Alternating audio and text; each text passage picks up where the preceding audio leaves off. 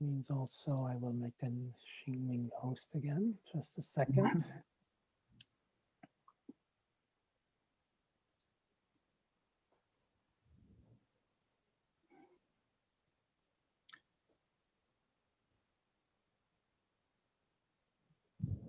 All right, we're live on YouTube. So I return host rights to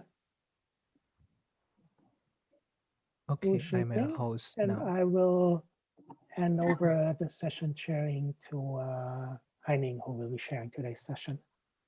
Okay, thank you very much. So I can start now, right? Yes, we're Okay, starting. thank you. Thank you, Volkan. Hello, everyone. Welcome to this last keynote session of the conference, certainly not the least. Before we go to the keynote talk, let me pass the floor to Florian, who will present the Best VR Presentation Award. Please, Florian. Yeah, thank you. My name is Florian. I'm here from the Technical University of Darmstadt in Germany, and I'm going to present to you the Thursday Best VR Presentation Awards for this year, this year's IEEE AIVR. So let me start by stressing that I think that this was a pretty difficult year for all of us together, personally, socially, but of course also in research, and especially in the way how we can present our research results. However, the situation has also forced us to try like a lot of new things, and especially with the VR presentations, we've seen some really super exciting new forms of presentations over the last 3 days. This means basically that we're no longer bound to the like limited space and like the boring physics of the real world, but we can do whatever we want. We already showcased you the winners of Tuesdays and Wednesdays presentations in the last 2 days, and we saw some really great and immersive presentations there. And yesterday's VR presentations in the last VR presentation session continued this with some really interesting presentations. Here you can see some screenshots and some impressions from the presentations yesterday. And I'm honored to announce you today, on behalf of all the co-chairs, the Best VR Presentation Award for Thursday. And with that, let's have a look at the winners and start with the third place. On the third place, we have 3D model retrieval using constructive solid geometry in virtual reality by Samuel Börlin, Ralf Gasser, Florian Spieß, and Heiko Schulz. And the committee really liked in this presentation the usage of space and multiple simultaneous videos to communicate the content. There's also some room for improvement. The committee felt that the main poster could have been a little bit larger and that the presentation would benefit from the use of 3D models. Let's move on to the second place. On the second place, we have the annotation tool for precise emotion ground truth label acquisition while watching 360-degree VR videos by Tong Zhu, Abdallah El Ali, Gang Yiding, and Pablo Cesar. I'm really sorry if I pronounce your names wrong. The committee really liked the usage of 3D models and the usage of multiple videos and images to communicate the content. However, as a small room for improvement here, the multiple simultaneous audio sources made it quite confusing and hard to understand the presenter. Anyways, very nice presentation. And now for the winner for the Thursday's VR Presentation Award, and that is a preliminary investigation into a deep learning implementation for hand tracking on mobile devices by Monica Grusso, Nicola Capece, Ugo Era, and Francesco Angiolio. Once again, I'm very sorry for pronouncing any names wrong.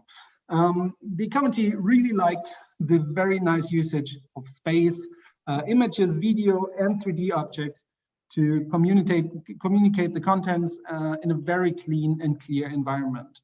Very small tip for improvement, a bit more interactivity would have been nice, but I'm really nitpicking here. anyways, congratulations on your award. And that's it basically from my side. And with that, I want to give back to Haining, and I'm looking forward to Victoria's keynote. Thank you.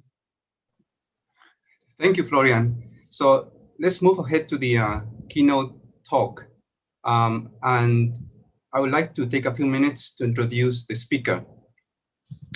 Dr. Victoria Interrante is a full professor in the Department of Computer Science and Engineering at the University of Minnesota, where she is also currently serving as the director of the university-wide Center for Cognitive Sciences.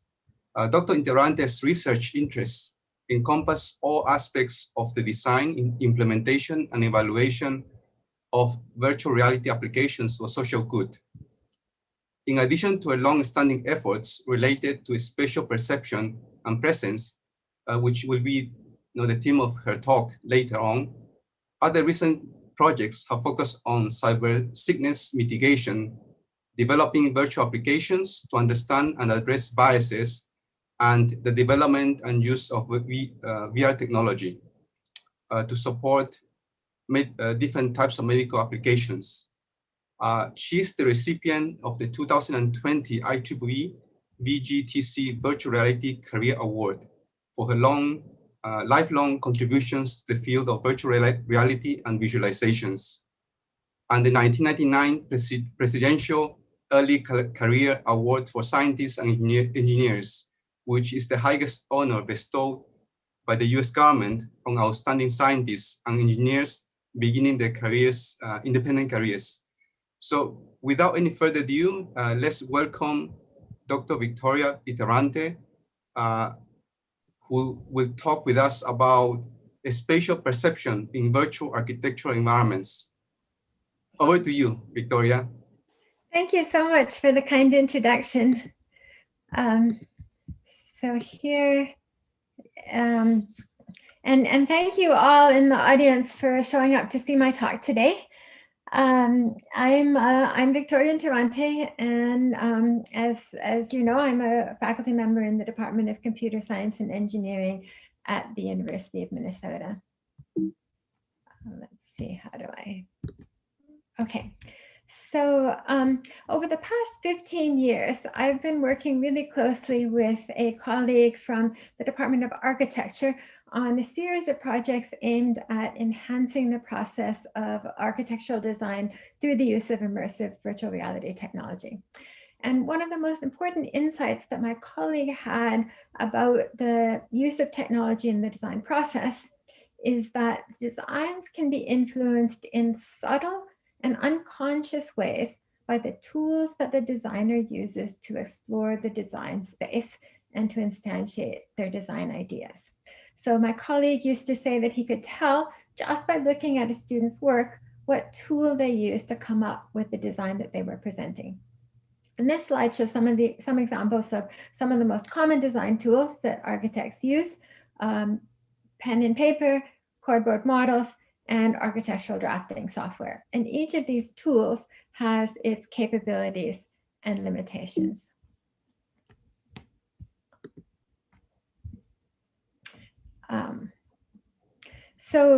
When buildings are conceptualized on a desktop computer, there's some fundamental factors, fundamental structural factors inherent to how the computer mediates the relationship between the designer and their creation.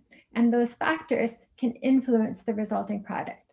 So first of all, the model is small in scale with respect to the viewer. I'm here, my model lives inside the computer. An entire building is shown on a screen that's maybe 2 feet tall at most. Second, the designer is external to the model. The model lives behind the screen, the designer's in front of the screen.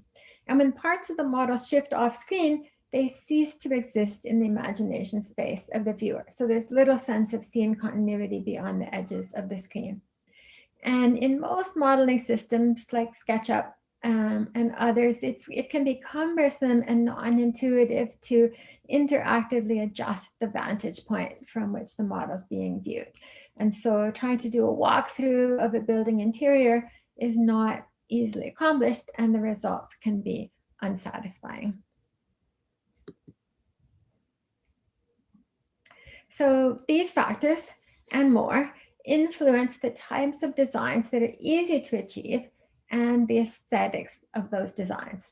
And my colleagues pointed out several observations from his experience. So first, remember I was telling you about the cumbersome nature of the viewpoint adjustment. And what that does is it just sort of subtly encourages designers to conceptualize their design from a single preferred vantage point. So this doesn't mean that people don't think about what a building will look like from the side or from the back. It just means that when they start to play around with design ideas, those ideas are conceived in the context of a static relationship between the designer and their design, and maybe later sanity checked or tweaked from other perspectives, but the other perspectives are often not given the same weight, and this can lead to suboptimal design outcomes. So this is a photograph of an actual house made available on the builder's website. This is a promotional photograph, and maybe the house looks okay from the front, but I don't see much to compliment from the side view. So another observation my colleague had is something he refers to as the tyranny of the screen. And this can also happen with sketching on paper. And the idea here is that the designer creates a design that aims to be aesthetic, but the aesthetics of the design are affected by how the design is framed in the context of the aspect ratio of the screen. And in addition, the mechanical nature of the drafting software privileges regular forms, and it can result in a severe aesthetic, even when deliberate attempts are made to soften it. So to give you an idea of an alternative, the work of Frank Gehry. So the famed architect Frank Gehry, his creations reflect the organic nature of the design process that he uses to conceptualize his ideas. So here's an example where he designs using cardboard, and he ends up with buildings that look like this. And here's another example. Here's a Gehry sketch. This is a building that's on that exists on our campus at the University of Minnesota. It's the Weissman Art Museum. On the left, you see a sketch, and on the right, you see the completed building. So, so the most pernicious problem with design conceptualization on a traditional desktop computer is that the relationship between the designer and the product of the design encourages people to think about the model as the building model as an object to be admired rather than as a space to be inhabited. So all the designer's efforts are focused on aspects of the external aesthetics with suboptimal attention to the experience of the building's occupants. And my own workplace, which you can see a picture of right here, provides a prime example of this outcome. So what you see in this photo is a view of the computer science building on the University of Minnesota campus. And this building was built in the early 1990s. And after it was built, the architecture firm that designed this building won an award for this design. And what you can see here is that striped structure that juts out at an angle here is supposed to evoke a floppy disk. And the fact that the interior spaces inside the building here are unusable because of the tight angle was deemed not important. And that part at the front, this here, was supposed to evoke the concept, the feeling of a punch card. And these, I was told after I joined the department that these tiny little windows that you see here, these little porthole windows, they had to fight with the architects to add these windows, and the architects would not allow the windows to be any larger than that because anything bigger would have ruined the illusion to the punch card. And so the people who have to spend all day in this building get cramped spaces and tiny windows because the architects were focusing on the outside and not on the inside. And they won an award for this. And so this is why my colleague, who's an architecture professor and is responsible for training the next generation, really felt like something needed to be done. And I bring this up just so that you know that these these design concerns that I've been talking about are not outliers, and they stem from the fundamental nature of the relationship between the designer and his imagination space that is imposed by the tools that are supposed to be supporting the design process. So as a professor of architecture, my colleague felt like it was essential to expand the design education process to include immersive virtual reality in order to encourage the next generation of designers to give adequate priority in the earliest stages of the design process to how a space feels from the inside. So it's not that VR would replace existing tools. VR would be one more tool in the toolbox and a very important one. So he reached out to me. This was in the early 2000s, 2001. And together we've spent the next 15 plus years doing research related to harnessing the potential of immersive virtual environments technology to better support the process of conceptual design in architecture. So one of the first projects that Lee and I worked on was a program called GL Creator. GL is for OpenGL, and its capabilities were modeled after the software system up front that my colleague wrote in the early 1990s and was distributed by Alias Wavefront. And this is a picture of Lee Anderson. You can see it at the bottom. He's now a professor emeritus. So in GL Creator, as in upfront, the idea was that the software should be able to infer what the user wants to do and support that task, even though all the user can do is point and click. So students would wear a head-mounted display and interact with a virtual kiosk, as you can see here.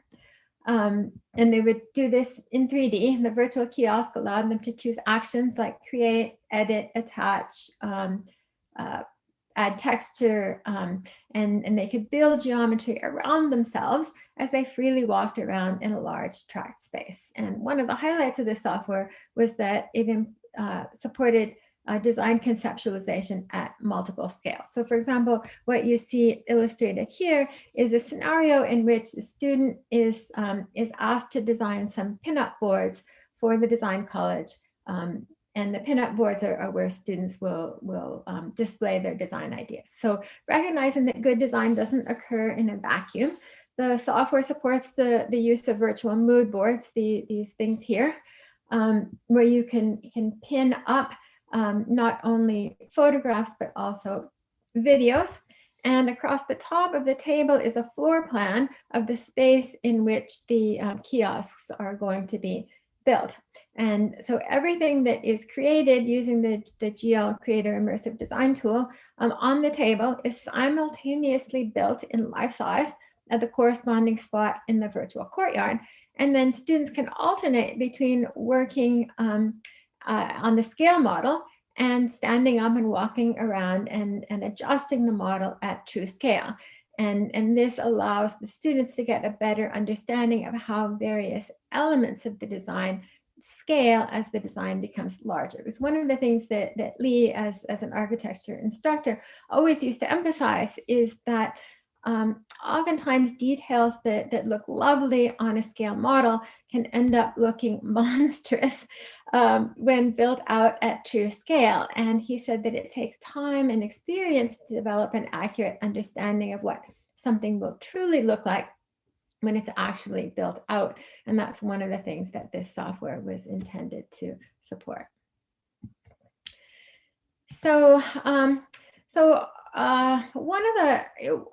the GL Creator program had a lot going for it, the modeling capabilities, what we could accomplish with a very small team, it can't compare to what a commercial product can achieve that's got a whole team of people working on it. So the modeling capabilities, as good as they are, were not as fully developed as the commercial design software, and Lee felt that this fundamentally limited what his students could accomplish with it. So it had its role, but he needed to be able to do more. So in a later project, he directed the student Ross Tredenick in developing a system that enabled users to create models using SketchUp on a tablet while simultaneously seeing their designs being built at scale on an immersive projection display. And so the user's head was tracked, and the model was, the view of the model was updated in real time depending on where the person was, and the model itself, the geometry of the model was updated in real time based on what the person was doing on the tablet. And so we didn't use a headset for this because people had to be able to see what they were doing on the tablet, and at the time the resolution of head-mounted displays was too low to support a legible interface at such a small scale. So hopefully I've convinced you that immersive virtual reality has tremendous potential as a design tool for architects. And for years, architects have said that, if you ask them, what is one thing that you wish you could do that you can't do now, they would say that what they want most is the ability to walk in their designs. And this is true for experienced architects as well as for beginning architects, and especially for students who really don't have much experience seeing their designs built, and also especially for clients. So about 10 years ago, my husband and I were rebuilding our house, and the builder would come and show us plans and ask us questions like, so what do you want in the living room? The 8-foot ceilings or the 9-foot ceilings? And the 9-foot ceilings will cost you $3,000 more. So this is the kind of question that nobody can answer except us. So we're the only ones that know what $3,000 means to us. And we're the ones that are going to have to live in the space, and nobody else really knows how we're going to feel about space. But we had no idea how to make an informed decision. And what would the 9-foot ceilings feel like? And given that we're not wealthy, what sort of trade-offs would we be willing to make? Would the 9-foot ceilings be worth giving up the granite countertops in the kitchen to gain that extra space? So despite all of its promise, there were historically and still are a number of challenges to integrating VR into the architectural design workflow. So originally cost was the major factor, but that's much less of a concern now. And in fact, with the systems like Unreal Engine that can provide highly realistic real-time lighting and reflections, ensuring adequate aesthetic quality is also much less of a concern now than before, because aesthetics is everything in design. So our research, because we were mostly concerned with space and the experience of space, the factor that we focused on most was how to ensure that the spatial understanding that people would derive from seeing a proposed model in VR would be the same as the feeling that they would actually have in that space when it was built out physically. And this is a factor of real importance. So just about 5 years ago now, Mortensen Construction was contracted to build a new student dormitory on our campus. And my colleague told me that they physically built out one of the student apartments, the whole thing at life size, with electricity and lights and everything at a cost of between, he estimated, $100,000 to $200,000. So, a drop in the bucket in a multi-million-dollar project, but a non-trivial expense. And they did that in order to be able to be sure that nothing would have to be changed later. In particular, he said they wanted to be able to walk into the shower and make sure that there was enough light getting into the shower. And they were willing to go to all of the time and all of the trouble and all of the expense to do this in real life, because they felt that was necessary. And so the question is like, why not use VR for this, right? And before people can use VR for this, they need to be sure that VR can provide an accurate understanding of the 3D space. As you walk from the room into the bathroom, does it feel cramped? Do you feel like you might bump into the side of the sink? or does it flow well? So this is something that architects worry about a lot, and it's not just for student dormitories. People do this for hospitals, operating rooms, etc. You know, mocking these things out at life size, because the experience, getting the movement right, is so important.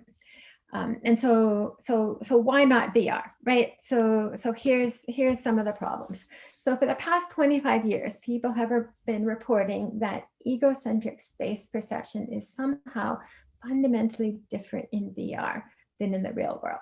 So a whole host of studies have found that people typically perceive distance as being shorter in VR than they actually are. So even with modern headsets, people have been measuring distance estimations between 5 to 20%. So historically, you know, it was up to 50%. It's not that bad now, but it's still, you know, 20% is non-trivial. So remember I was telling you about the having to choose between the 8-foot ceilings and the 9-foot ceilings. So if I'm 5.5 feet tall, I'm 5'7", my eyeballs are probably 5 feet off the floor. And so from my eyeballs to an 8-foot ceiling would be 3 feet, to a 9-foot ceiling would be 4 feet. And so a 20% error would make a 9-foot ceiling feel like an 8-foot ceiling. And a 20% error would make a 12 by 15 bedroom feel like a 10 by 12 bedroom. So how are people going to make design decisions in VR that are the same as they would make in the real world if we've got this problem of distance underestimation? So what I'm showing you on this slide are pointers to the rest of my talk, highlighting a few selected findings from my work on issues related to spatial perception in virtual architectural environments. So these are the main take-home messages that I'm hoping you'll remember from my talk, and I'm going to go now into each of these in more detail in the time remaining. So one of our earliest contributions to the problem of facilitating accurate spatial perception in VR was the notion that providing people with an avatar self-embodiment might help. So when a person is immersed in a virtual environment without an embodiment, there's a sense of ambiguity at first about how to interpret what you're looking at. So are these just images that I'm seeing? What's my vantage point? What will happen if I start to move my head or walk around? There's just this sort of big uncertainty. And the experience of being in VR isn't immediately the same as the experience of being in a real space. So in particular, the affordances for action are unclear. And so we suspected that by giving people a body, we might be able to evoke a stronger intuitive sense of the action possibilities of the virtual environment, leading to a more accurate interpretation of size and distance. So this line of research was a gamble. It was a huge gamble. It was a $100,000 gamble to buy a tracking system that we could use to achieve full body avatars. But it has a good outcome. So our earliest research sought to answer two questions. So the first question is, will providing people with a self-embodiment in a virtual environment enable them to perceive distances in that environment more accurately? And if so, given that achieving accurate embodiments is difficult and expensive, what are the most important characteristics of the embodiment that we would need to get right? So where can we potentially economize? So in a series of studies, we compared 4 different avatar conditions in total. No avatar, a rigid body avatar. So what that means is that if you look down, you see a body, but you can't make it animate. A point light avatar, where the mental model is that the tracking markers, the Vicon tracking markers, are somehow visible in VR, even though your body is not. And then as a gold standard, the best quality full body animated self-avatar that we could achieve at the time. So this picture shows what the setup looked like. So this was done in the early 2000s. all of our participants were embodied as this guy. But it didn't really matter what the avatar looked like, because from a first person perspective, all you could see were some legs and feet. So in our experiment, we asked people, we were assessing distance perception, and we used blind walking paradigm to do that. So we asked people to line up their toes to a virtual tape mark that we placed randomly. The tape mark was spawned 8 to 12 inches in front of the location of the person as defined by the tracker. And then the person was supposed to line up their feet with the tape mark, then take visual aim at another tape mark that was placed at a distant location. And then when they thought they knew where the tape mark was, they would close their eyes, we would turn off the display, and they would walk without sight across our lab until they thought they'd reached the location of the other tape mark. And then we measured how far they were supposed to walk, and we measured how far they actually walked.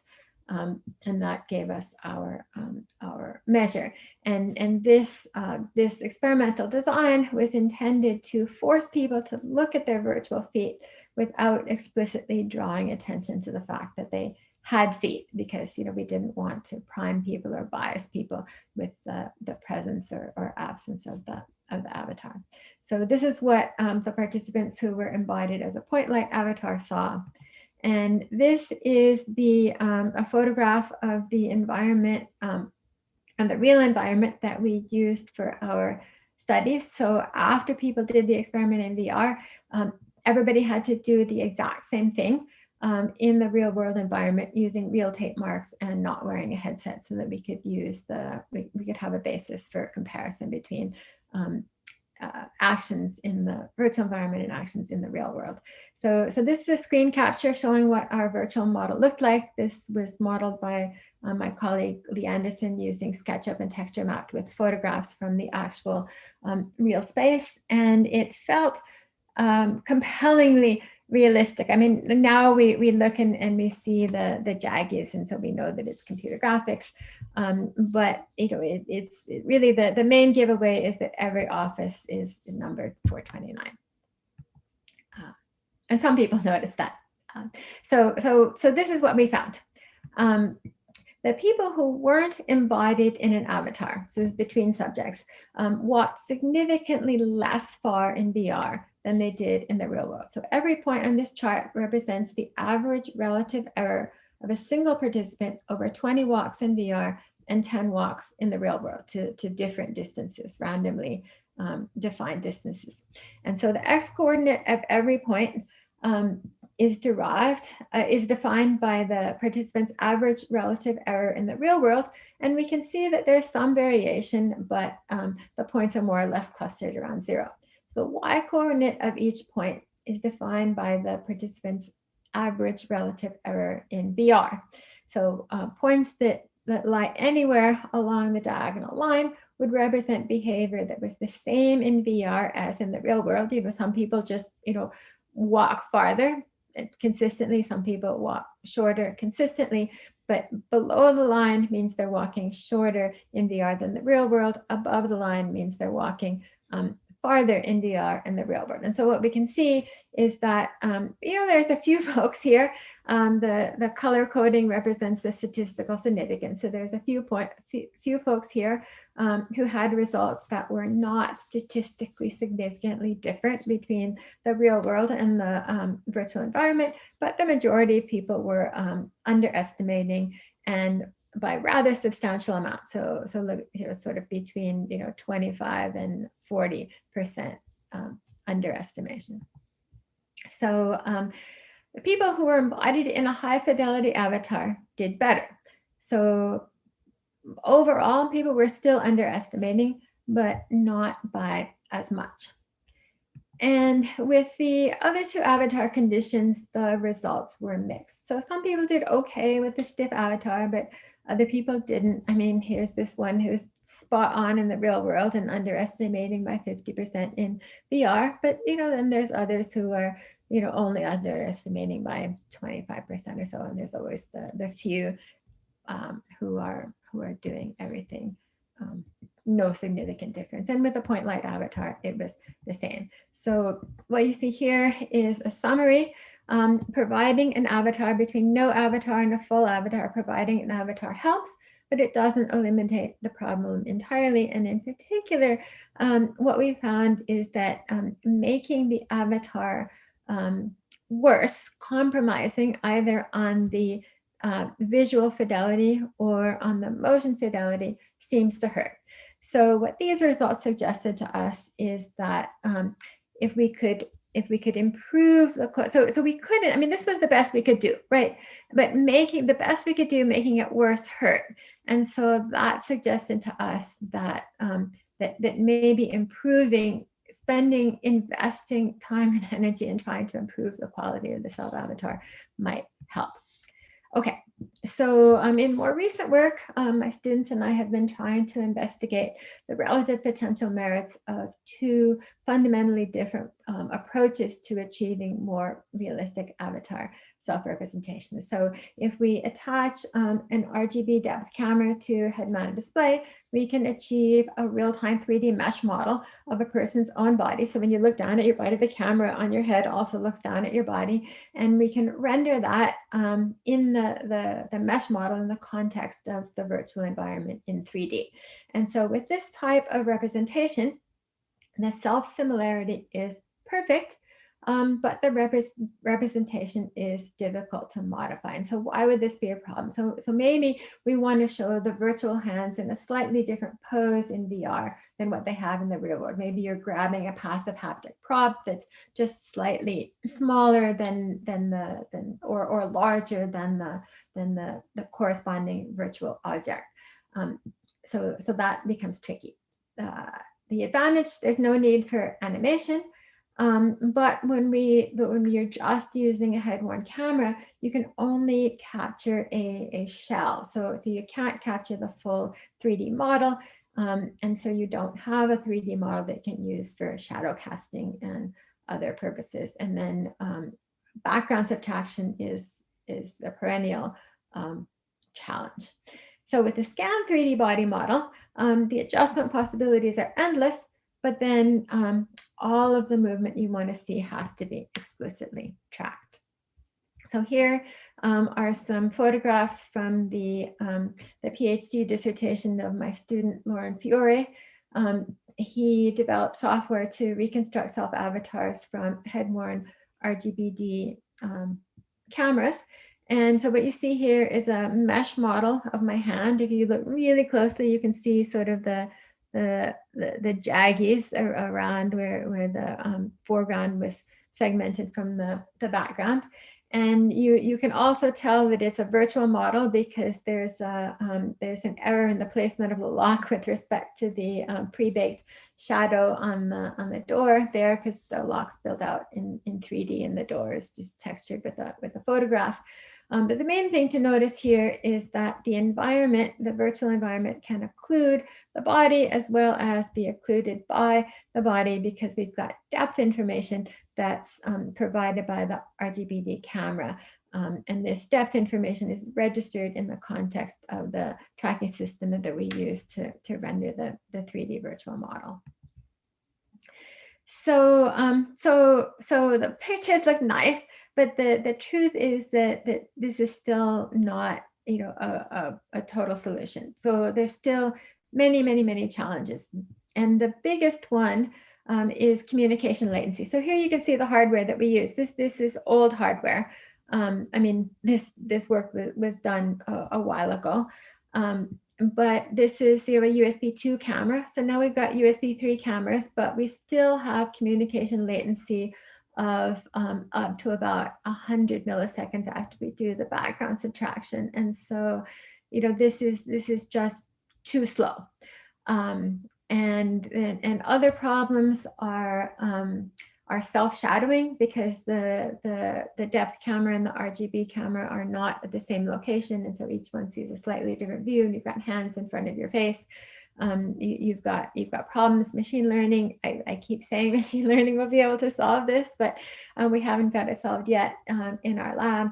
And then, of course, sensor noise is a continual challenge. And more fundamentally, so those are resolvable problems. But more fundamentally, there's the question of how do we relight the video avatars consistently in the context of the virtual environment. So you've got the hands that are being lit by the light that you have in the physical environment, but the VR might be brighter or might be darker than the environment that the user's actually in. And then, as I said before, the head-worn cameras are only capturing a surface mesh, and so accurate shadow casting from the body can be problematic when the light is coming from the side. So you reach your hand out onto a table, you got a light and it's shining, and you don't see a shadow of the hand because you've only got a mesh model, which is created from the point of view of the camera.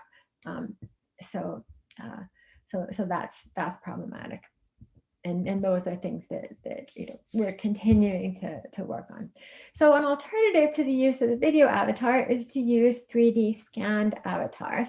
But that approach also has challenges. So obtaining a high quality model is non-trivial, especially the fingers and the face.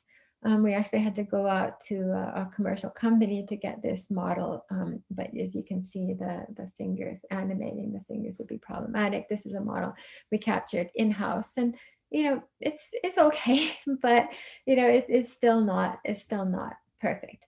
And one of the major challenges with these scanned models is that everything that you want to be able to move has to be rigged and animated, rigged, tracked, and animated.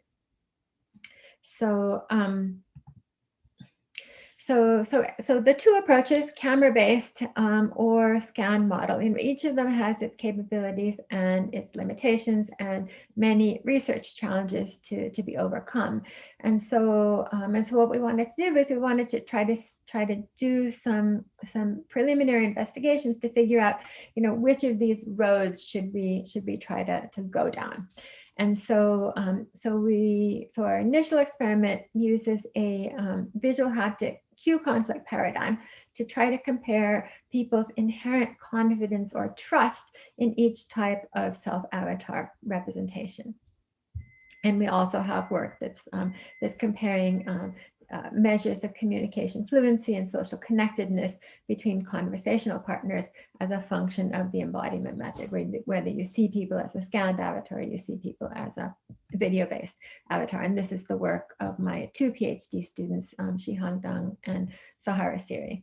So what you see in this slide is a representation of the experiment in which we use the visual haptic cue conflict paradigm to try to gain insight into which representational approach might be inherently more promising. So what you see here is the video-based approach. There's the RGB depth camera attached to the front of the head-mounted display. Shihang's looking at his two hands and in the real world, and he's seeing two hands touching a block in the virtual environment. Here's the model-based approach. We've got these tracking systems attached to the wrist with the Vicon tracking, and then he's scanned his hand, and he's seeing here the scanned hands touching a block in the virtual world and in the real world. And this slide illustrates what we did in the experiment. So it was a cue conflict methodology. And the reason that we use the cue conflict methodology, so this is based on previous research, fundamental research by Ernst and Banks that shows that in a cue conflict situation, people tend to give more weight to the modality they trust more. So if they trust the video avatar more, then they would answer. So we okay, I just started at the beginning. So first what we did is we trained people in the real world to be able to accurately report the sizes of the blocks. So we had a set of blocks, and we showed people, complicated, lengthy training procedure. So we would show people a block, and then we train them into reporting to us accurately the size of the block that they saw. And then we blindfolded people. We had people touch a block, and they had to accurately report the size of the block that they touched. And this, I'm not going to go into the details of the training procedure, but trust me, it was like half an hour, and there were multiple checks. And when people came out of that training, they were perfect in the real world. And then we put people into VR, and they saw themselves touching a block of one size, and they actually physically touched a block of a different size. And we did it, both ways, and we did it with both technologies. And we looked to, and we analyzed the data to try to see, will people give more weight to the visual over the haptic in the video based versus the model based. And so after all that trouble, what we found is that actually, people's responses were equivalent in the two cases. So neither, each approach, has its strengths and weaknesses, but neither appeared significantly inherently better than the other.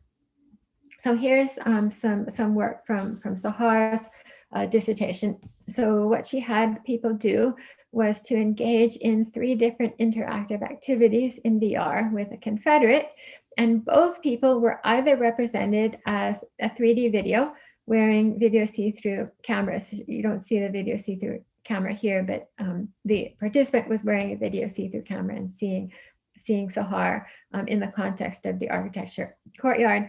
Here's the scanned model of Sahar that participants would see, and here's just as a floating headset. So participants would see her represented like this, and they would see themselves represented the same way.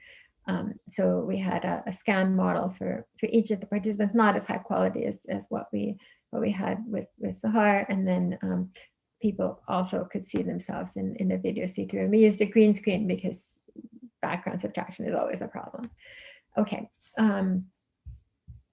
So, and the results of that, I'm not going to steal her thunder because she's got a paper in press on that, but sorry, but suffice it to say that that there are some differences. Okay, so now I'm going to move on to talking about a slightly different topic, which is non-photorealistic immersive virtual environments. So the idea here is that any amount of detail that we want to see in a model has to be added. So if you start with a real environment, you can just take pictures of it and you've got all the detail you need. But most of the time, architects are designing a building that hasn't been built yet. And so adding that detail is costly. And what we wanted to know is to what extent can non-photorealistic virtual building models support accurate spatial understanding. And so this research was informed by 2 different types of two different previous work. So in 2004, an experiment was done showing that that in a situation where people are already underestimating distances, using non-photorealistic graphics does not make the situation worse. But then at the same time, some more recent work showed that if you compare distance perception in a photorealistic replica environment to distance perception in a non-photorealistic replica environment, where serious distance perception hadn't been occurring, making the scene, using the non-photorealistic approach did lead to increased errors, and so this is something that we've been poking on. So here's a picture. Here's of a virtual replica of our lab space. So this is built out in 3D and texture mapped with photographs from the real room. And when people made judgments in this, distance judgments in this photorealistic replica, so we would bring people into our lab, they would see our lab, they would put on the headset, and they would say, "Oh, I can't see you," as if somehow they were supposed to be able to see us, as if the headset was some sort of a magical device that made people invisible, as opposed to presenting, putting people in a foreign virtual environment. So in this situation, we found that people really didn't underestimate distances very much. Then we created a model that was exactly the same, with the same built out in 3D, but this time with the, instead of using the photographs, what we did is we hand traced lines across all of what we thought were the major edges and a little bit of computer support, but some manual intervention in here too, to make sure that we got exactly the lines we wanted and no lines that we didn't want. So the same textures, except that the color image had been replaced by a black and white image. And when we asked people to make distance judgments in this space, we found that people underestimated significantly. So this is everybody down here. And so then what we did is there's many different reasons why people might be underestimating. I mean, maybe there was some information in the texture that people were using to estimate distances. When that texture was gone, people were underestimating. Or maybe when people were in this space, they just had this intuitive sort of inherent sense that they were in the real lab. Somehow being mediated in this weird way by the headset, but still like actually really there. And in here, they were just inside some CG model, even though we told them, we're going to put you in a model of the exact same space that we're seeing right now. Maybe that it just didn't feel real. And so to try to poke at that, we created this scenario where here, every single white pixel in the black and white drawing is replaced by color from the original image. So essentially what we've done is we've taken our original photographic image and we've superimposed these black lines. So all of the textural information is there, but you've got these extra lines on top that give you a sense that the environment isn't real. And what we found is that people were underestimating, and by statistically comparable amounts as in the line only drawing. And so adding just a little bit of unreality to a virtual environment tended to break the illusion and cause people to underestimate distances. So then, of course, the next thing that we wanted to ask is, does giving people an avatar self-embodiment help? And the answer is, so here's a zoom in on some additional data showing how people performed in the non-photorealistically rendered room without an avatar. And with an avatar, people got better, but not enough, right? I mean, they're still underestimating. And then we did some work looking at, after this, we also did some work looking at assessing experiential realism. So at this point, we were thinking, there's the visual realism of what we're seeing, and then there's the experiential realism of what we're seeing. And to what extent is the experiential realism, which one is the most important? Because we really wanted to be able to figure out how we could let people walk in these conceptual drawings and perceive distances accurately. And in particular, we wanted to know, is there an inherent potential to enable people to walk in these conceptual drawings and perceive distances accurately, or should we just give up because it's fundamentally impossible? So what we were hoping to do is to see if there was some way that we could evoke a sense of experiential realism in the absence of visual realism, and by doing that, enable people to perceive space more accurately. So we were poking at this a lot. So one of the experiments that we did to try to assess the effect of visual realism on experiential realism is we set up the classical pit room scenario. So here's this virtual model of our lab with a not very realistically rendered chair and a cube, and people had to walk across in this so the real lab looked like this, with a real chair and real wooden blocks. This thing wasn't there in the real lab, but the tape marks were. So people saw the scenario in the real world. They put on the headset and they saw the same scenario. And we measured their skin conductance and their heart rate, and a bunch of parameters of their gait, the steps. So, we tracked their feet, how far spread were their feet, how long were their steps as they walked across to the chair, reached out with a controller, picked up the cube, and stepped onto these blocks. Again, like I said, they're in the real world and in the virtual world.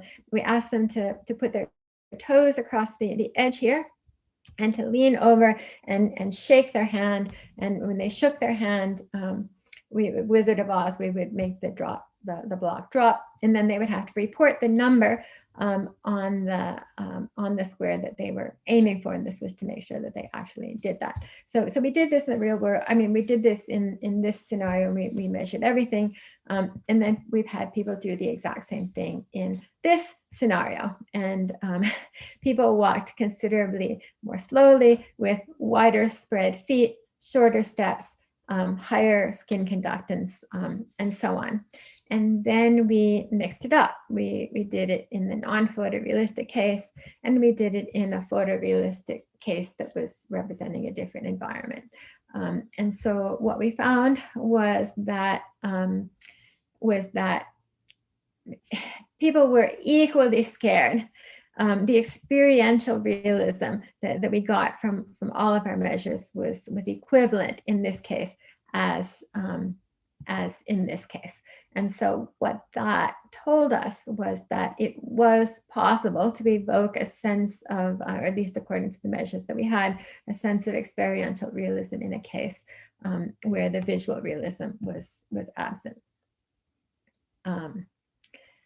And so then, so that was a pretty, stressful situation, the floor dropping out. And so, so we wanted to look at this situation again, and from a slightly different perspective. And so instead of taking a computer graphics model and making it, non-photorealistic, what we wanted to do is put people in a situation where they were wearing a head-worn camera, and then taking the video in the head-worn camera and making that less photorealistic. So we're starting out with a situation where people will have high experiential realism without a pit stress situation, and then visual input that differs only in the level of visual realism. So this is the PhD work of my student Karish Vaziri. He built at this point, portable computers weren't a thing, so he built a backpack computer. He built a computer and attached it to a backpack so people would wear this. It was plugged in with a very, very, very, very long extension cord. And then he 3D printed a visor and attached to that visor some webcams. And so we had people experiencing 3 different conditions: either a real world, a real view of the real world that people would see with a visor off, or a camera view that they would see from the cameras, or a non-photorealistic style view of the real world. So here you can see what that scenario looked like, and we counterbalanced, which of the 3 modes, real world, camera, or NPR, people saw in which hallway with a bunch of different participants. And so what we found was that so here's sort of a sanity check picture. As the hallways got longer, or as the distances that people were shown got longer, people walked longer distances. So that's good. There wasn't any inherent difference between the different hallways. So hallway 1, hallway 2, hallway 3, we worry about these things. Like one of the hallways is like brown and the other one is blue, and maybe, people will walk longer in the brown hallway, and one of the hallways had posters on the wall and the other one didn't. We hoped that those things wouldn't be a factor, and we found that they weren't. We found that people did tend to walk longer over time. So this is trial 1, trial 2. So whatever experience they got first, they walked a little bit less than the experience they got third, but that was controlled for by counterbalancing the orders of the conditions between participants. And this is the most important chart because it shows the differences between how far people walked in the real world versus when they were seeing the camera view versus when they were seeing the non-photorealistic view. And so what you can see is people walked farther in the real world than in the other 2 conditions, but we did not see a statistically significant difference between the accuracy in the camera view and the non-photorealistic view. And so we found this very encouraging because it again, you know, complementing our earlier results, suggests that that when experience, if you can get people to believe that what they're seeing is real, that they're really there, that it's really real, whatever, if you can get the experiential realism, you don't need the visual realism. And so there is potential for using VR in architectural design to let people walk through these conceptual models and make design decisions about space before deciding on all of the details of the surface treatment and so on. And this is something that's really important, because clients can get sidetracked by talking about surface treatments when what you really want them to focus on is structure. Okay, so now I'm going to talk. I've got about 15 more minutes. I'm going to talk a little bit about some of our work on getting around in VR. So we want people to be able to easily move about in large virtual models. So we're talking about architectural models. So these are typically larger models than the lab space, the available lab space that we have for people to walk around. We do have our architectural courtyard is 60 by 60 feet. So that's pretty big. You know, it's big enough to walk around in a lot of spaces, but it's not, you know, totally big enough to do everything. And so we've been exploring several aspects of how to enable people to explore virtual spaces that are bigger than the physical space that they're actually in. So one of our earliest work was something we call 7-league boots. And so as people walk, what we do is we exaggerate the amount of their forward displacement while leaving their side-to-side and vertical displacements unchanged. And here's a video. I hope this will play. Okay, great.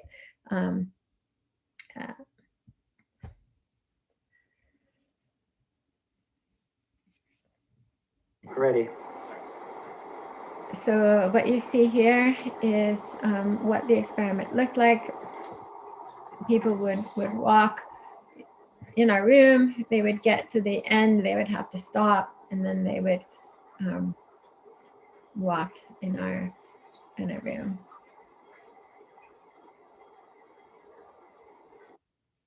And this is what the user sees.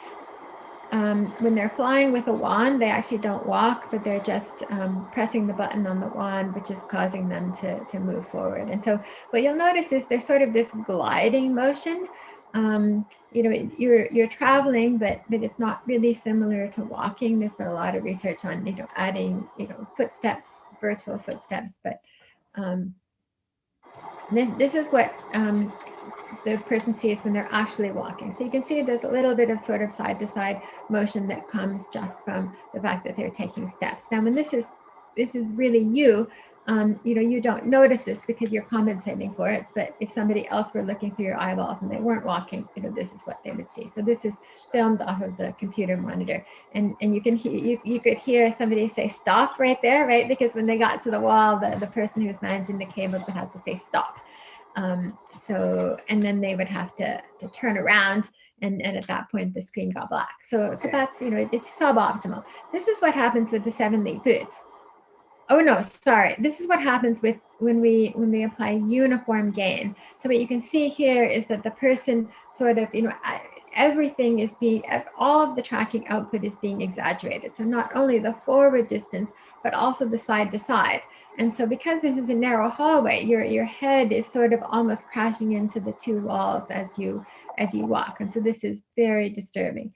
And so here at the end is what we get with 7-league boots. So here we've still got the side to side, but the side to side is not being exaggerated. The only thing that's being scaled is the forward direction of movement. So there's a bit of a trick here in defining forward direction. So when you're stopped, your forward direction is the direction that you're looking. But when you're actually walking, you want people to be able to turn their head. And so, but once people are actually walking, you have a walking trajectory that you can use to infer the direction of forward motion. Okay, so we also did some work on sort of a variant of redirected walking, which we call redirected driving. This was work done by my student Lauren Fiore.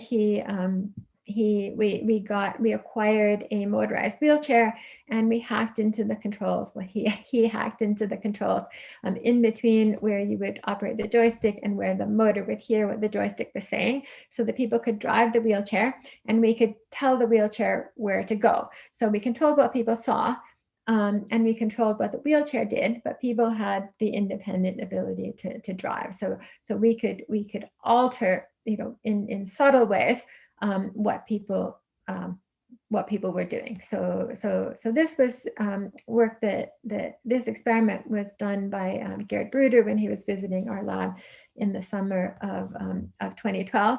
And the idea with redirection is you have people start going forward, but you make them go forward like by more or by less than what people see that they're moving forward, either more or less than they are actually moving forward. And then you look to see how much you can trick people, what you can get away with. So if you can get away with showing people that they're moving, say, twice as far in VR as they're actually moving in the real world, then you have the potential to put people in a virtual environment that's twice as big as the real environment. So we looked at translational redirection. We looked at rotational redirection. If we rotate people by a certain amount, we showed them rotating by another amount. How much can we get away with before people notice? And then this one is the most important one, where people see that they're driving straight, but what we're actually doing, and people are pushing the controller to drive themselves straight, but what we're actually doing is making them drive in a circle. So in our lab space, it's a little bit too small for this, but in the actual architectural courtyard, this could actually work pretty well. And so what we found here was that that we could get people, we could move people about twice as far as what they saw. Rotational gains were pretty noticeable, and with a curvature, we could do about the same, as a little bit better than what you could do with real walking. So the last thing that I want to talk about in the 6 minutes remaining is some work that we've done in our lab, looking at how can we actually use VR to inform design decisions in architecture. And this is research that was done by a team of undergraduate women working with me over the summer. So previous research has found that room size perception can be influenced by features such as ceiling height. So low ceilings, high ceilings can affect how big you think a room is. Room size perception can be influenced by furnishings, or the presence of furnishings, or by the lack of furnishings. And it can also be influenced by things like wall color and by room lighting. So our team, again, inspired by Professor Lee Anderson, sought to investigate the impact of wallpaper patterns on spaciousness judgments. And so this research was inspired by this trend, this new trend of stenciling. So you buy these stencils and you buy the paint, and you paint these patterns on your wall. And so you have these big, bold wallpaper patterns. And Lee was interested in knowing how does the presence of these wallpaper patterns affect the sense of spaciousness in a room. So both the sense of spaciousness in a room and the sense, the measure of how big a room actually is. So we wanted to look at two things. We wanted to look at subjective feelings of spaciousness and objective measures of room size. And so we had these 9 different sized rooms, which we covered with 4 different sized texture patterns. And what we found was that sanity checks are really important. Larger rooms felt more spacious than smaller rooms. Thank goodness. If we hadn't found this, we would have known that something was wrong with our experimental methodology. So here are people's subjective ratings of spaciousness on a scale from 1 to 10 in rooms that vary from 4 meters square to 6 meters square. here's the results of spaciousness ratings, average spaciousness ratings by texture scale. And what you can see is that the rooms with the bolder patterns felt less spacious than the rooms with the smaller patterns. And here's the solid as a comparison. So no statistically significant difference between the smallest texture pattern and the solid pattern. But as the texture pattern got bolder, spaciousness ratings went down. So this is something, you could try to do this in the real world, but you have to build out a room and you have to paint the room and you have to paint it with a bunch of different size textures. And so, how nice that we can actually do this in VR. So our second question was, so our first question was, how does the room feel? Our second question was, how big do you think the room is? So we asked people to close your eyes, walk to where you think the wall of the room is. And what we found, so we had, again, the 4 different sized rooms. It's either just artificially jittered within each room size to be able to see all of the individual participant ratings. And then, so this is the distance shown, and this is the distance walked. And what you can see is that as the distance shown increased, the distance walked increased. You can see, so this dotted line is perfect performance. We've got some overwalks, but almost everybody's underwalking. And this is with the modern head-mounted display. I think people were using an HTC Vive here. And so even with the HTC Vive, you see the distance underestimation, but that wasn't really what we were looking at.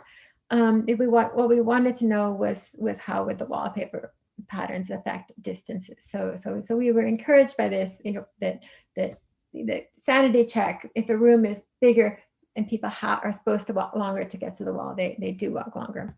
So here's what we see as how judgments of wall locations were affected by pattern size. And yes, in fact, not only did bolder rooms with bolder wallpaper pattern feel smaller, feel less spacious, people also rated them as being not as big physically. And so here's the average distance walked over all of the trials in the large room, the room with a large wallpaper pattern and the room with the small wallpaper pattern. So that's an example of the type of research that you could potentially do in VR that would help inform architecture. So the last project I'm going to tell you about in my remaining 1 minute is some work that we're doing right now on views out the windows. So previous research shows that windows are really important to well-being. People recover more quickly from operations if they recover in a hospital room that has a view to the outside, and many different benefits of views to well-being. So architects have spent a lot of time, there's a number of papers on a very large historical literature on windows and people's preferences for window sizes and people's preferences for window locations and window aspect ratios and so on. And but when you're using a program like SketchUp to design the windows in a building, typically that building model is existing in a vacuum.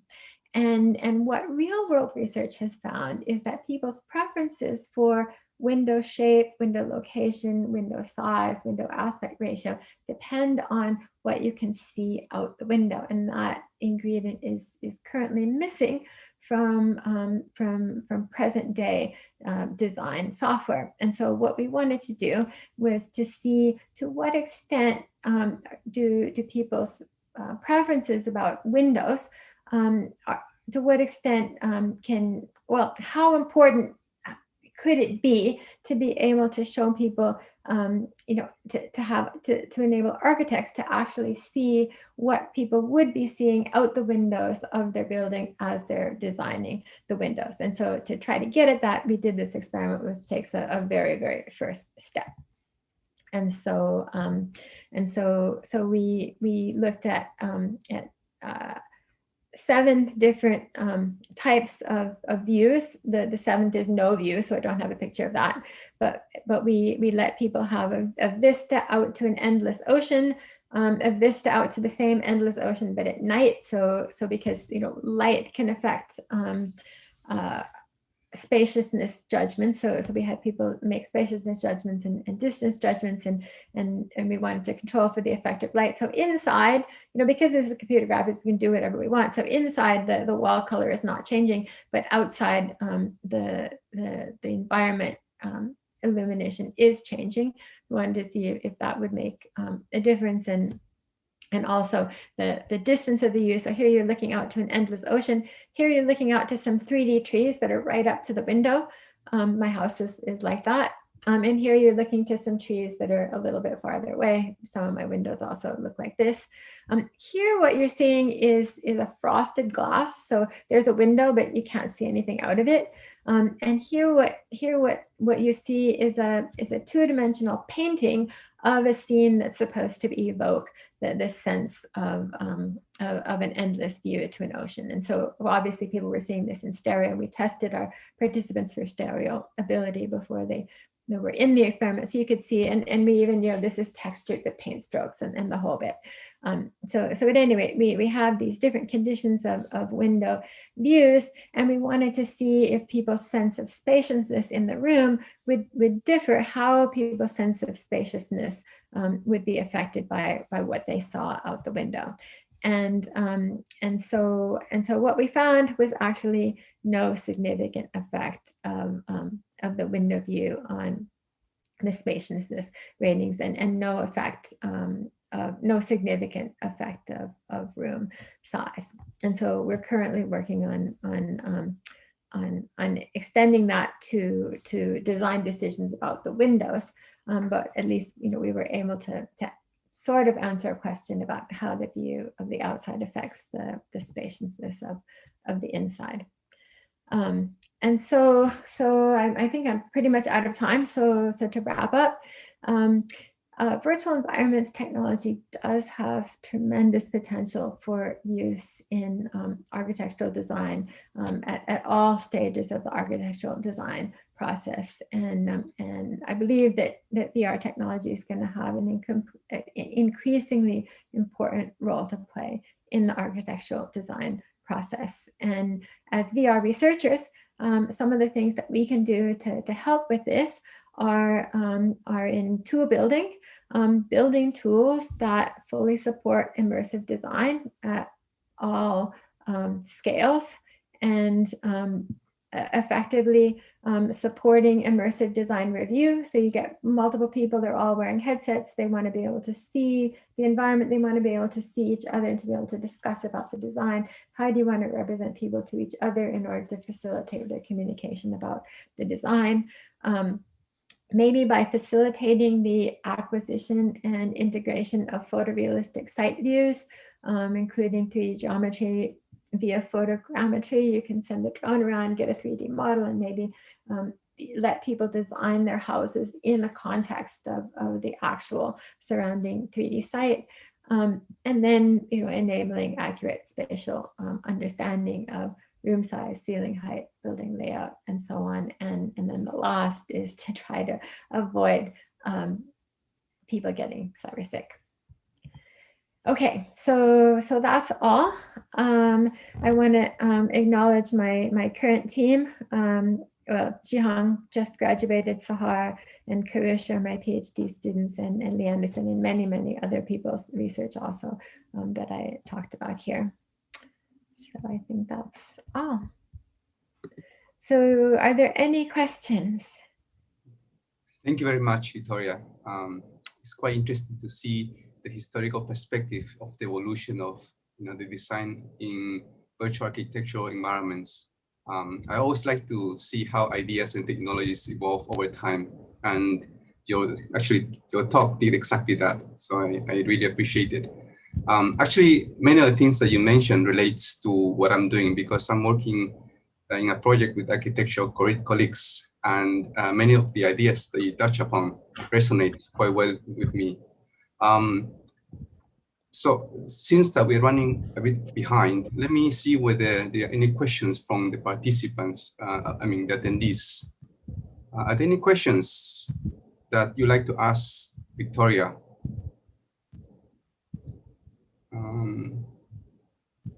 Okay, so while we wait, let me ask, one first question. In the you mentioned about self-avatars and spatial perception.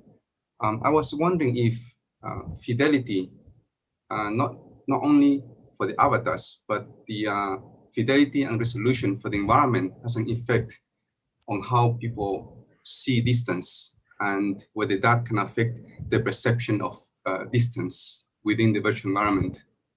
Yeah, that's a really, really, really important question, and the jury is still out.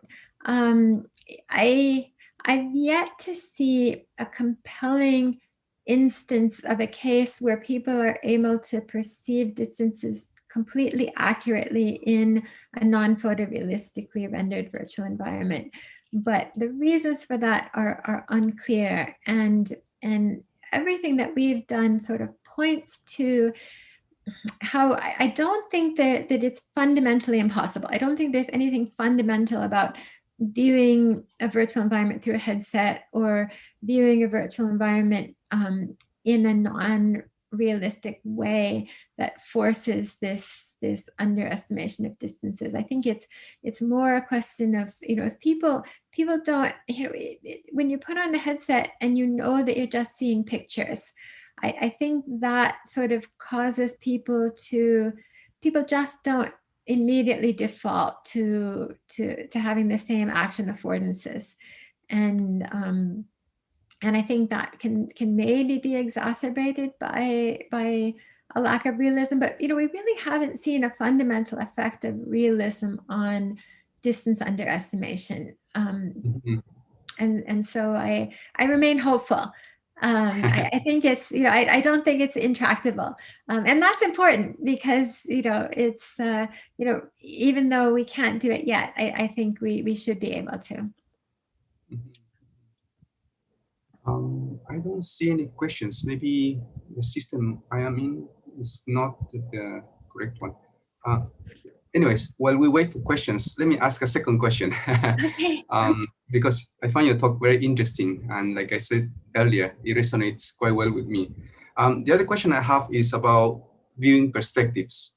So I can see from the research that you mainly focus on first-person perspective, which is more natural for VR. What about third-person view?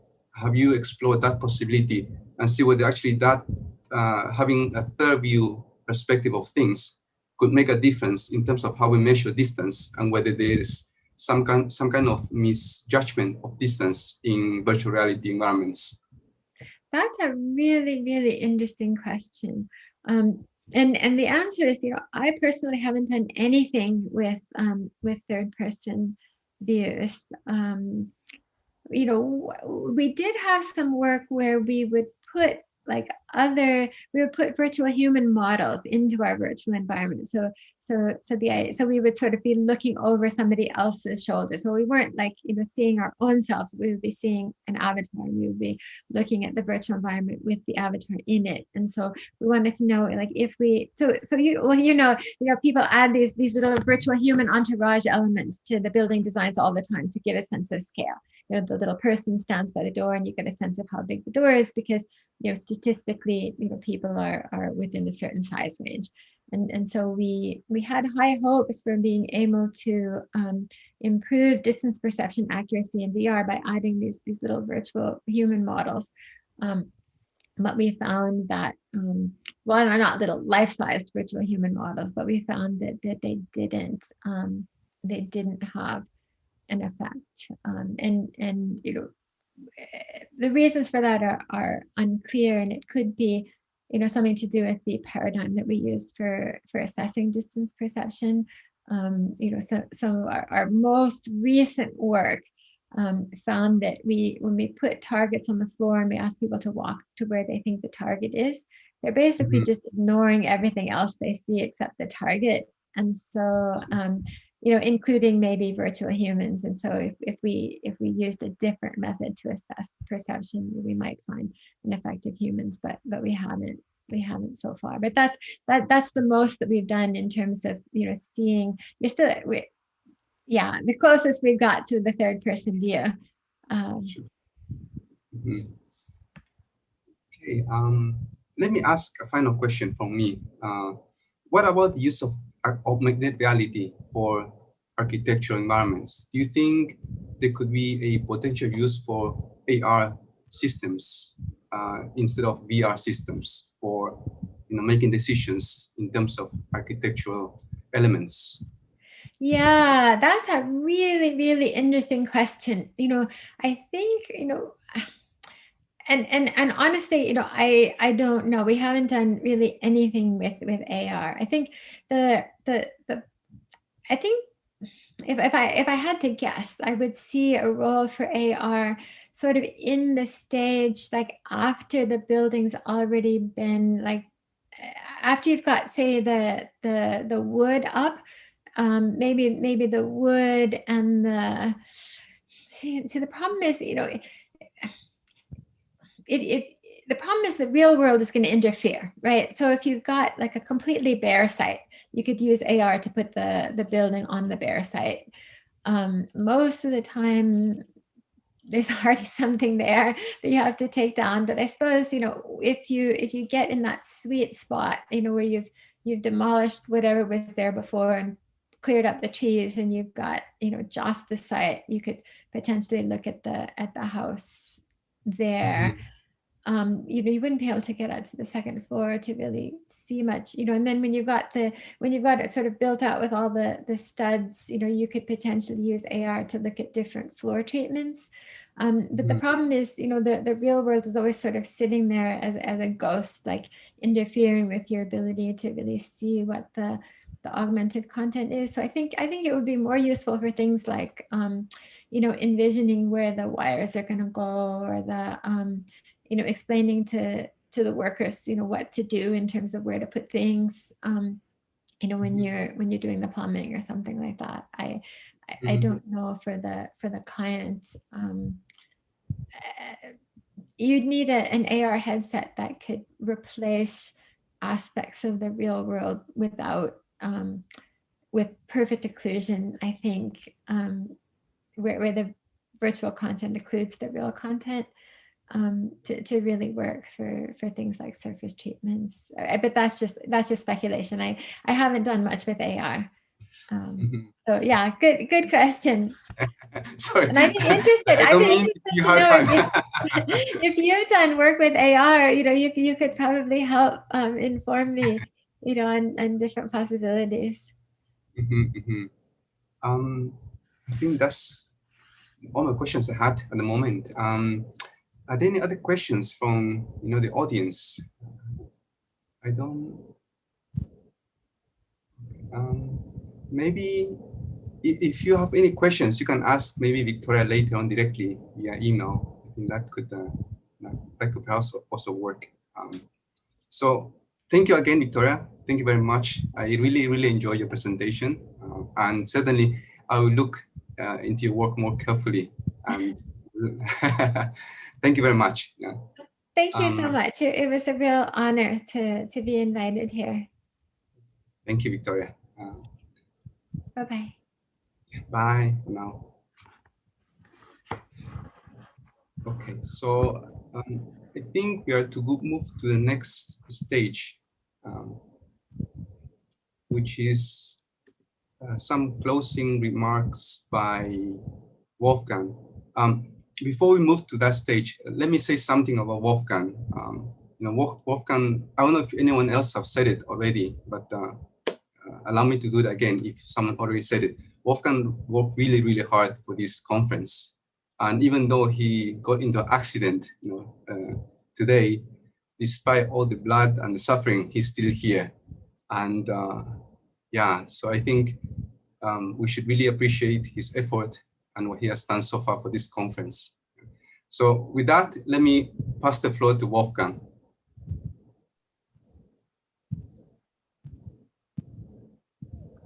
Hello? Oh, wait. Yeah, here I am. Okay, yeah, so thank you. No worries, I'm right. It was a little mishap, but not as bad as it looked at first. So I'm going to be okay. I'll take a few days rest after this, and then I'm going to be fine. So no worries. So yeah, thank you, Heining, for the nice words. And that's basically all I want to do is say thank you to everyone. I already thanked the people who made the program at the beginning.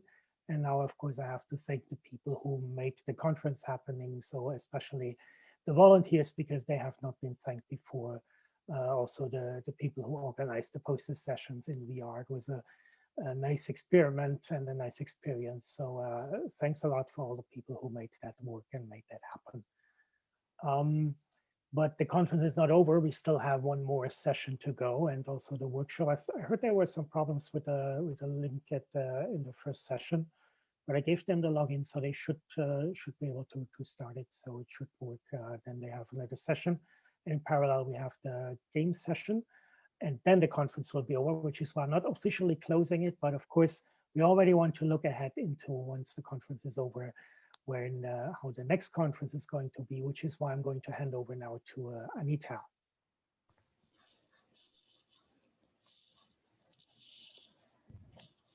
Hello. Hello, Anita. Okay. Hi. Okay, I would like to share my screen.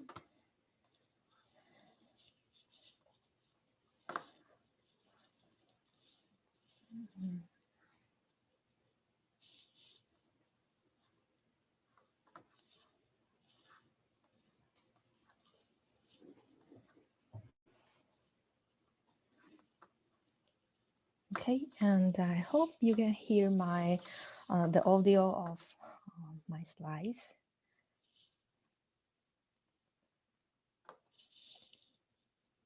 Okay, hi everyone. Thanks Wolfgang again for organizing the IEEE AIVR 2020.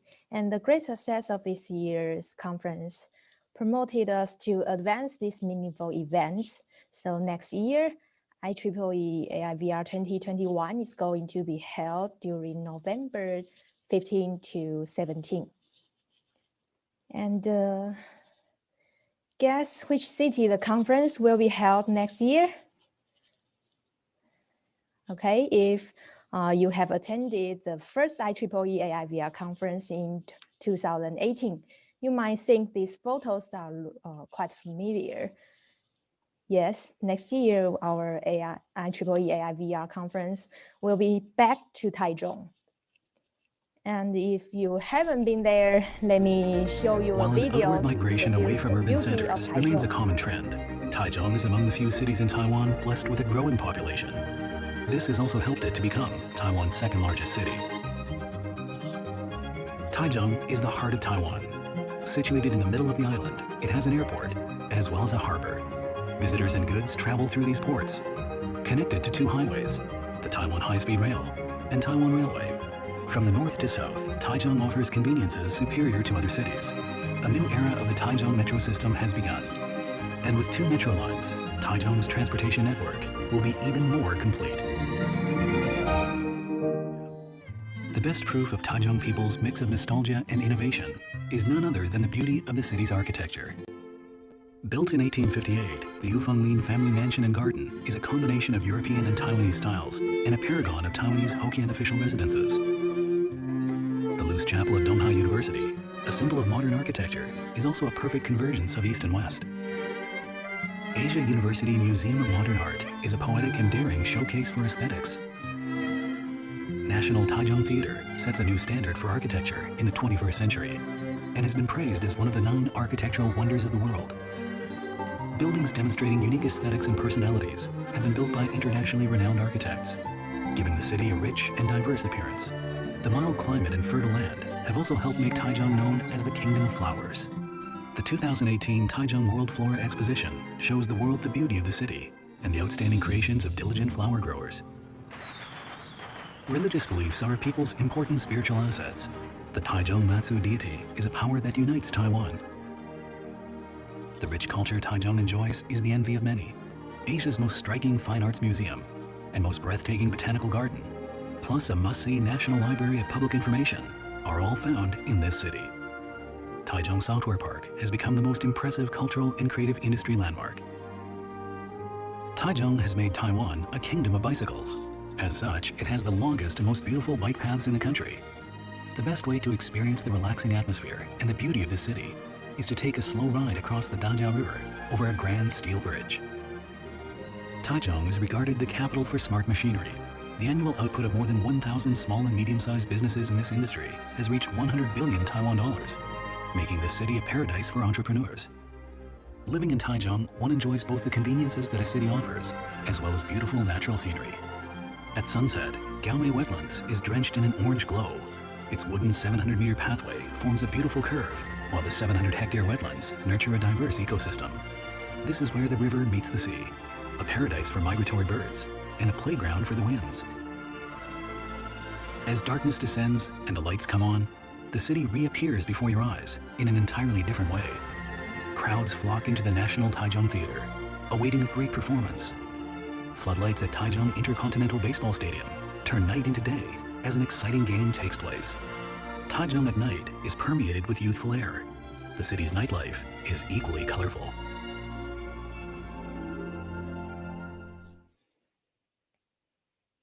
Okay. And actually, Taiwan is not a big island, and the transportation in Taiwan is very convenient. From Taichung, you can visit most other cities in Taiwan in less than 2 hours. And even for the furthest city, it only takes 4 hours. It would be very great if you have time to visit some famous attractions such as the Sun Moon Lake or Mount Ali. Or if you like shopping and parties, you can visit Taipei in about 1 hour from Taichung. And you can also enjoy more nature scenery. So you definitely would not miss the Eastern Taiwan. And Taiwan is also a paradise for gourmets, and we have numerous kinds of food and snacks that you must try. Please do not hesitate to start writing your next IEEE AIVR paper. We look forward to seeing you in Taichung next year. Thank you. Thank you, Anita. Actually, I was in Taichung for the first AIVR conference, Oh, and really? the city is very beautiful. Yes, and of course, Taiwan as a whole is quite nice. Yeah. I'm not too far from Taiwan. I'm very close to Shanghai, so looking forward to attending, the next year's conference. Welcome. Thank you very much. Thank you. So Wolfgang? Yeah, I think with this this session will end, right, Wolfgang? Yes, exactly. That's the idea. You can close the session now. Okay. But don't close the Thank room you very much. because there is another session. Okay, sure. Thank you very much, everyone. The Christmas holiday is coming and the New Year's coming. So wish you all a happy holiday and a happy New Year ahead.